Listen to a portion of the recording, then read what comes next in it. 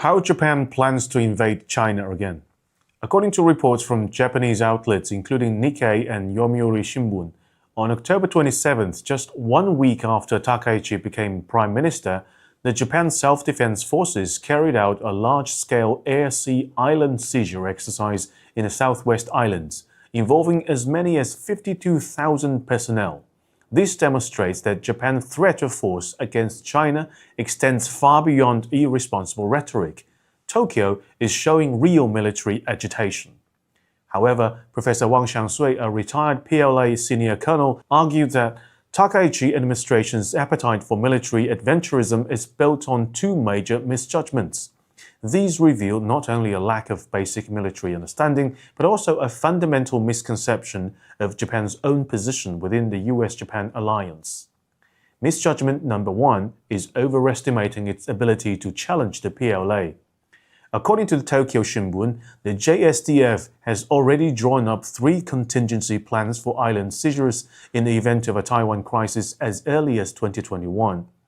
1. Launch a rapid amphibious assault using approximately 3,000 personnel from Amphibious Rapid Deployment Brigade, and 2. Conduct a large-scale amphibious operation deploying follow-on forces to the southwest with sustained transport and logistics support. 3. Employ missile strikes and maritime blockades, primarily using the extended-range Type 12 anti-ship cruise missile to shield amphibious operations. China's state media CCTV bluntly assessed none of these plans would succeed. A basic military principle holds that amphibious operations require air superiority. Attempting a landing without it is essentially walking into certain death. Yet Japan's air self-defense forces stand no chance against the PLA Air Force. Japan has only about 40 operational F-35s, and conservative estimates from the national interest suggest that China's J-20 fleets exceed 200 by 2024. As a single-engine multi-role stealth fighter, the F-35 is inherently disadvantaged in range, radar aperture, and payload compared to the twin-engine J-20. Let alone Japan is also massively outnumbered. The ASDF would struggle just to defend itself, let alone cover amphibious operation. Japan's long-standing security alliance with the United States may have encouraged Tokyo to assume it could rely on US air superiority coverage while integrating its own fighters into the broader data link network. However, when Washington provided the F-15J, it withheld a critical component for beyond visual range combat, the US Standard Tactical Electronic Warfare System. This radar warning receiver alerts pilots to missile locks and targeting while providing limited electronic countermeasures. The risks of operating without such capabilities against the PLA's modern air power have been demonstrated in recent conflicts, most notably through the performance of India's Rafales. Although Japan has developed an external electronic warfare pod, it occupies weapons station on the F-15J, increases aerodynamic drag and fuel consumption, reduces combat radius, and simultaneously enlarges the aircraft's radar cross-section, making it an even more vulnerable target within China's integrated kill chain, which leverages early warning aircraft, stealth fighters, and stealth-loyal wingman UAVs. Moreover, any Japanese amphibious forces attempting to assemble or maneuver would be exposed to China's rocket artillery, cruise missiles, and hypersonic weapons, potentially in saturation strikes. Historical precedent illustrates the consequences. On August 19, 1942, Allied forces attempted to land at Dieppe without air superiority. Of the 6,086 troops, 3,623 were killed, wounded, or captured. The Eastern Landing Forces lost around 500 in just 2 minutes. An entire operation failed in 6 hours. That disaster was caused merely by World War II-era bombs, artillery, and machine guns. What would happen under today's precision-guided weapons and drone-directed fires? Takaichi should confront this reality. Misjudgment number 2 is trying to rope America into fighting its battles. Weak but belligerent, Japan's right wing cling to United States-Japan Security Treaty, hoping to drag America into its fights. A self-deluding fantasy that betrays a complete misunderstanding of the underlying dynamics of great power competition. First, the US has always regarded Japan as a subordinate force, a convenient frontline asset. The logic is simple. If the United States initiates a conflict with China, Japan must share the costs. However, if Japan provokes China and tries to pull the US in, Washington has no obligation to bail out Tokyo's reckless adventurism.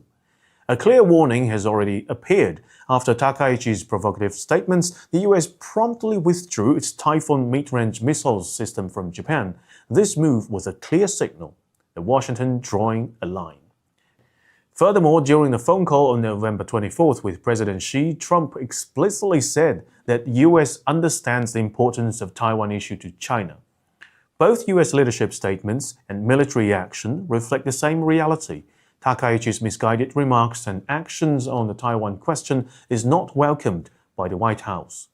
Professor Wang notes that the root cause is a structural shift in the geopolitical logic underpinning the US-Japan alliance. Japan's past strategic value to the US lay in its role as a key node in the First Island chain.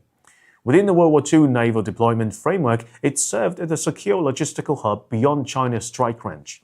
However, since the Cold War, the proliferation of nuclear-powered vessels has drastically reduced reliance on fixed fuel supply bases. Meanwhile, China's monumental progress in missile technology has placed the entire First Island chain, even Guam, within its anti-access area denial zone. To accord a head-on clash with the PLA inside China's defensive perimeter isn't just risky, it's strategically catastrophic. CSIS 2023 Wargame reveals why. In 3 weeks, the United States will suffer about half as many casualties as it did in 20 years of war in Iraq and Afghanistan. As the report warns with chilling understatement, such losses would damage the US global position for many years. This is precisely why pulling back from the First Island chain has long been a realistic option on the table for US decision-makers. Air and Space Forces magazine reported that since 2023, the US Air Force has practiced dispersed deployment across the Indo-Pacific due to pessimism about the survivability of bases like Okinawa and even Guam in wartime. Thus, Takaichi's remarks are not only militarily unfeasible, they actively complicate US strategy. In trying to present herself as loyal to Washington by playing the Taiwan card, she is in fact challenging Washington's strategic framework and attempting to entrap America into serving Japan's agenda. Such overreach will only end up diminishing Japan's value to the United States. Now, the irreversible consequences has appeared. China has begun reassessing its strategy towards Japan. Sanai Takaichi's provocative words and actions cannot be undone by any personal apology. China sent an unequivocal message through its multi-pronged response. It is now fundamentally re-evaluating and redefining its relationship with Japan. Diplomatically, the term "feng shi" has appeared for the first time in China's warnings, indicating that the protest now reflects the stance of the highest level of Chinese leadership, elevating the issue from departmental concern to one of national strategic will. Economically, militarily, and through media channels, a coordinated multi-agency response demonstrates that China views this as a comprehensive contest warranting nationwide mobilization.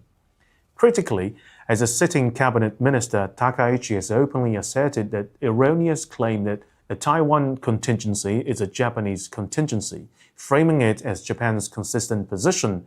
And this must be seen in light of post-World War II peace commitments between China and Japan, including the 4 foundational political documents, starting with the China-Japan Joint Statement that explicitly recognizes the One China principle as the cornerstone of bilateral relations. Even a far-right figure like former Prime Minister Shinzo Abe only made such provocative remarks after leaving office and in his personal capacity, never daring to challenge this foundation as Japan's top leader. Now, Takaichi has not only crossed that line, but also denied historical truths, issuing military threats against China. This has compelled Beijing to invoke a long-dormant yet legally potent red line in the United Nations Charter, the enemy state clauses. These clauses authorize UN Security Council permanent members to take direct punitive measures should any World War II Axis power show signs of renewed aggression. As victors of World War II and architects of a current international order, China, the United States, and Russia are its guardians. By threatening China with force, Japan's right-wing forces are challenging not only China, but also all nations that cherish peace and uphold the outcome of the anti-fascist war. Thus, as Japan once again bares its fangs towards China, the very foundation of post-war stability is shaking. China is now compelled to ask in earnest, is Japan, a nation that its top leader shows no remorse for its history of aggression, still a neighbor capable of turning towards peace, or must it once again be defined as an enemy state? This crisis, sparked by Takaichi Sanae, exposes once again the strategic short-sightedness of Japan's right wing. Their ingrained tendency to respect power but not virtue has blinded them to the most fundamental realities of geopolitics. China's warnings are anything but empty rhetoric. Japan attempting to revive militarism poses a threat not only to regional stability but to the entire world. As nations within the East Asian cultural sphere, both China and Japan should well understand the principle. Benevolence is the way of a great power, and wisdom that of a small state. Should Japan collectively abandon this wisdom, the cost of relearning it may prove extremely costly.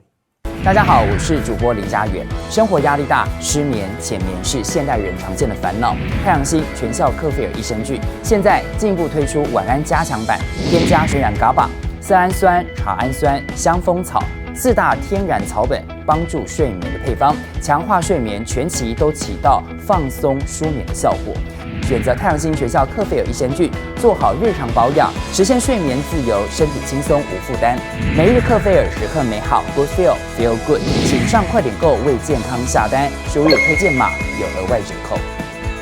太阳星全效克菲益生菌基础版、晚安加强版新包装改版，内容不变，抽取更方便，要吃就吃最好的。